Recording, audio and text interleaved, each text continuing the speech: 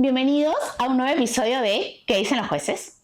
Este capítulo es muy especial, pues vamos a conversar con Francisco Avendaño, a quien en este espacio le tenemos muchísimo cariño. Francisco, o Paco, como lo llamamos, es mi socio en el estudio Avendaño. Es profesor principal de Derechos Reales en la Pontificia Universidad Católica del Perú y en otras universidades como la Universidad del Pacífico. Y Paco es muy importante para mí, pues por él inicié mi vida académica. De hecho, yo fui su adjunta de docencia durante varios años en la Universidad Católica y él fue quien me motivó a comenzar a enseñar.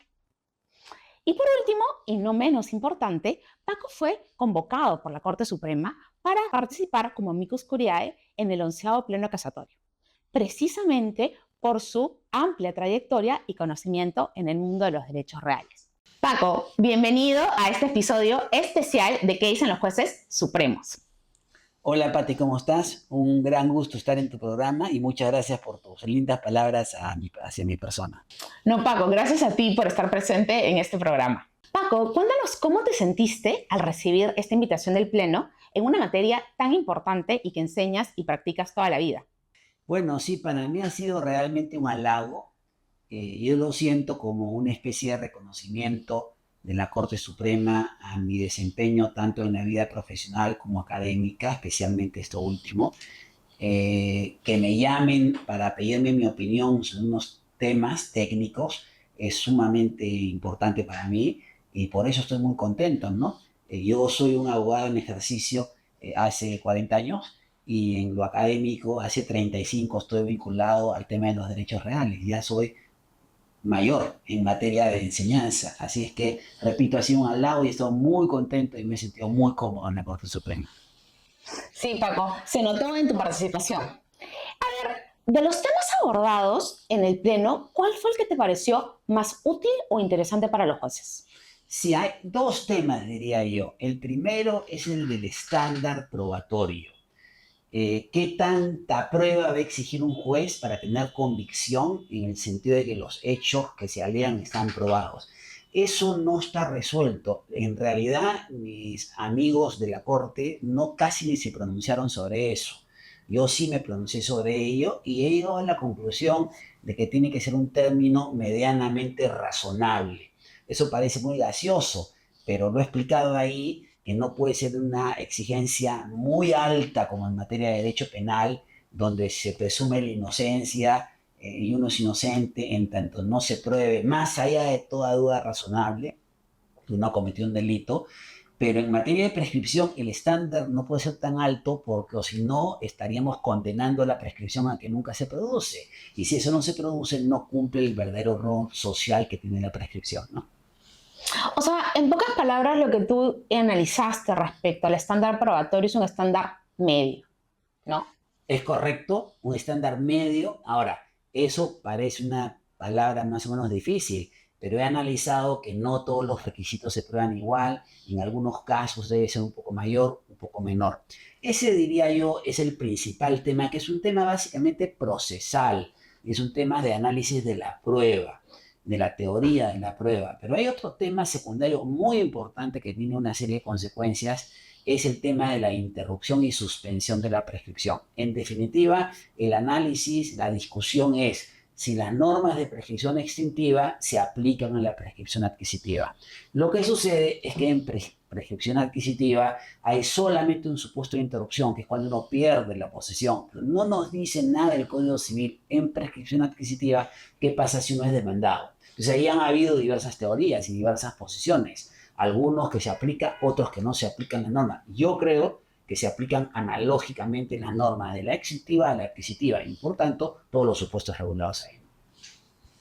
Paco, ¿hay algún tema que en tu opinión debería haber sido incluido en el Pleno? ¿Un tema no tocado? A ver, hay dos temas muy interesantes que si bien hay un pronunciamiento de la jurisprudencia, no hay un pronunciamiento muy profundo, me parece. El primero de ellos es el de la retroactividad de la prescripción. La prescripción se produce cuando se cumplen los 10 años o 5 años. Fatalmente se cumple el plazo y ese día el poseedor se convierte en propietario. ¿Pero desde cuándo? De ahí en adelante o se retrotrae al día 1 de la posesión. Toda la doctrina española dicen que se retrotrae. Y la razón que argumentan es que la adquisición por prescripción es originaria, surge la prescripción en el poseedor. Si surge, es una nueva propiedad y por tanto es libre de cargas, de gravámenes, nace como una nueva propiedad. Por tanto, todas las cargas y gravámenes que hubieran ocurrido en el pasado deben eliminarse. Esa es una posición. Yo, en cambio, estoy en la posición contraria, que no tiene efectos retroactivos, con lo cual ahí entramos a los derechos de los terceros, qué pasa si hay un acreedor hipotecario, si hay una carga de disciplina en los registros públicos, una restricción convencional en la propiedad. Creo que es un tema bastante interesante que no se ha tocado o pensado mucho. Y el segundo es qué pasa con la suma de plazos posesorios en el caso de hijos en los inmuebles, o cuando fallece un cónyuge o un concubino. Si bien hay pronunciamientos de la Corte Suprema, tampoco ha sido analizado con mucha profundidad y eso tiene incidencia directa en el tema de la prescripción adquisitiva. Paco, qué interesante el tema que tocas de la retroactividad, porque además es importante, digamos, también por el tema económico, el tema de los frutos. Correcto, porque el predio puede haber producido frutos en el interín. El poseedor era de mala fe. En principio, esos frutos corresponden al propietario si es que tiene mala fe. Pero si se retrotrae, es como si el poseedor siempre hubiera sido propietario y por tanto tendría debido los frutos. Entonces hay una consecuencia respecto a los frutos que hay que analizar. Y el otro tema interesante es qué pasa si en el año 5, cuando el poseedor no era propietario todavía, más bien era propietario el que tenía derecho inscrito, qué pasa si hipoteca la casa un banco.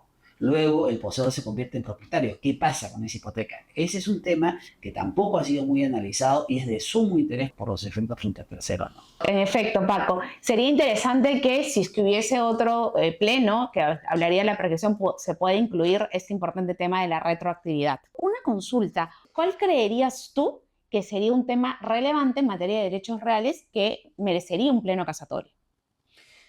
Hay un tema que la jurisprudencia es muy dispar, que se presenta en los conflictos de propiedad, básicamente cuando hay dos personas que tienen un título. Y hay diversas normas en el Código Civil que tienen supuestos distintos, pero algunos jueces las aplican de manera confusa. El 1135, el artículo 949, el artículo 2014, el artículo 2022. Cada una de estas normas que regula el sistema de transferencia de propiedad tiene supuestos diferentes. No se pueden aplicar todas a la vez. Cada supuesto tiene su norma. Bueno, hay sentencias donde mencionan todas las normas a la vez, o dos de ellas. Entonces creo que no hay mucha claridad en la titularidad y cómo se acredita el derecho de propiedad en un caso de duplicidad o en un caso de mejor derecho de propiedad, que es muy usual, ¿no? Creo que sobre eso debería haber más claridad y eventualmente un pleno ameritaría eso. Claro, Paco, porque precisamente la jurisprudencia, los jueces, no tienen, digamos, una tendencia o claro, una definición de cómo resolver un conflicto de propiedad. Te has referido a que a veces no se sabe si es que van a priorizar al que compró primero o al que inscribió primero o hacen un análisis del título, ¿no? Que precisamente eso sería bueno que se pueda dilucidar en un pleno casatorio porque los jueces se disparan y dicen que tiene mejor derecho de propiedad por el 2014, tiene mejor derecho de propiedad por el 2016, porque inscribió primero, o tiene mejor derecho de propiedad analizando el tracto, ¿no? Que eso, digamos, que sería uno de los puntos que deberían ser tocados. Es correcto. Y yo saludo a la Corte Suprema, a las dos salas que han convocado a este pleno. Es muy importante que hayan plenos. Deberían haber muchos más plenos por la finalidad que buscan, ¿no? Necesitamos más plenos y con mayor frecuencia. Por eso saludo con algarabía y con mucha alegría a las salas supremas. Paco, y por último, ¿todos los amigos estaban en la misma línea o hubieron posiciones discrepantes? No, han habido ciertas discrepancias, no muchas, pero sí.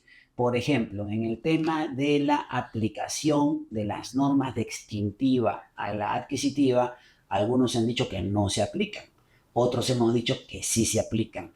Las razones por las cuales se aplican también hemos diferido. En mi caso se aplican analógicamente, otros han sostenido que no se aplican analógicamente, sino que es lógico que se apliquen. No dicen por qué, pero no lo dicen.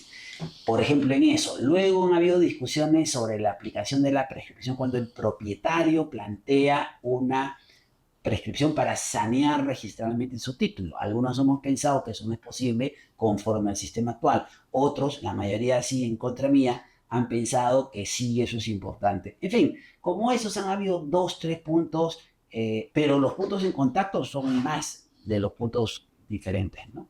Por eso nos invitan, pues, para que discrepemos, para que tengan posiciones diferentes, ¿no? Claro, para que los jueces supremos, escuchando, ¿no?, a gente muy experta como ustedes, pueda discernir o identificar cuál sería, digamos, la posición que van a tomar. Es correcto. Gracias, Paco, por tus comentarios y por esta entretenida entrevista.